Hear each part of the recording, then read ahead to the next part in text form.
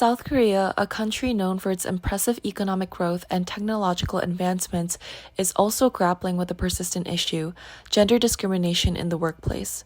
Gender discrimination in the workplace in South Korea takes many forms: wage disparities, limited career opportunities, and societal pressures. For example, in hiring processes, interviewers routinely ask women invasive questions about their plans to get pregnant, with some openly telling female candidates it would be difficult to hire them because the company doesn't want to pay for maternity leave.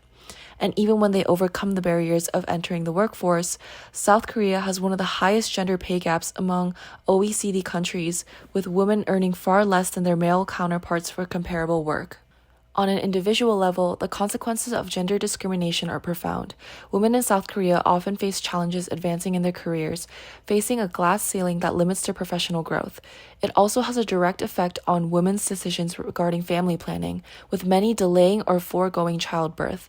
Gender discrimination in the workplace reinforces the mindset that women must choose prioritizing either their family or their careers rather than helping women balance out the two.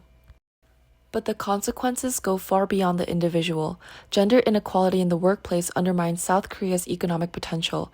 When half of the population is held back from reaching their full potential, the country loses out on a massive portion of its talent pool. In a globalized economy, this is not just an ethical issue, it's also an economic one.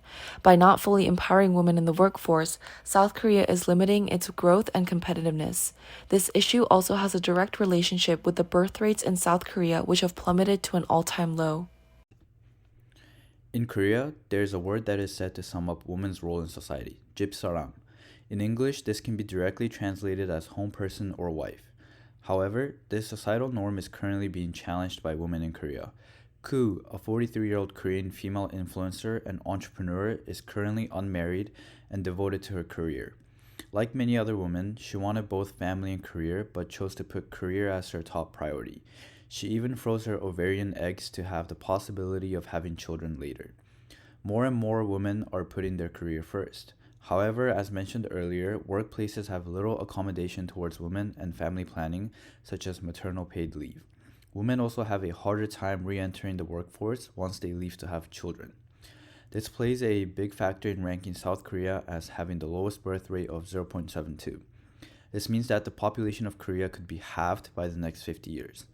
On top of that, because women make 0.62 cents for every dollar their male peers make, and costs of housing and education are on the rise, people are delaying parenthood.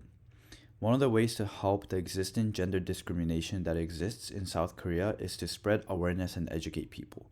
For a long-term successful change to occur, everyone must unite and cooperate. It could be as simple as hosting discussions amongst your friends, peers, family, etc.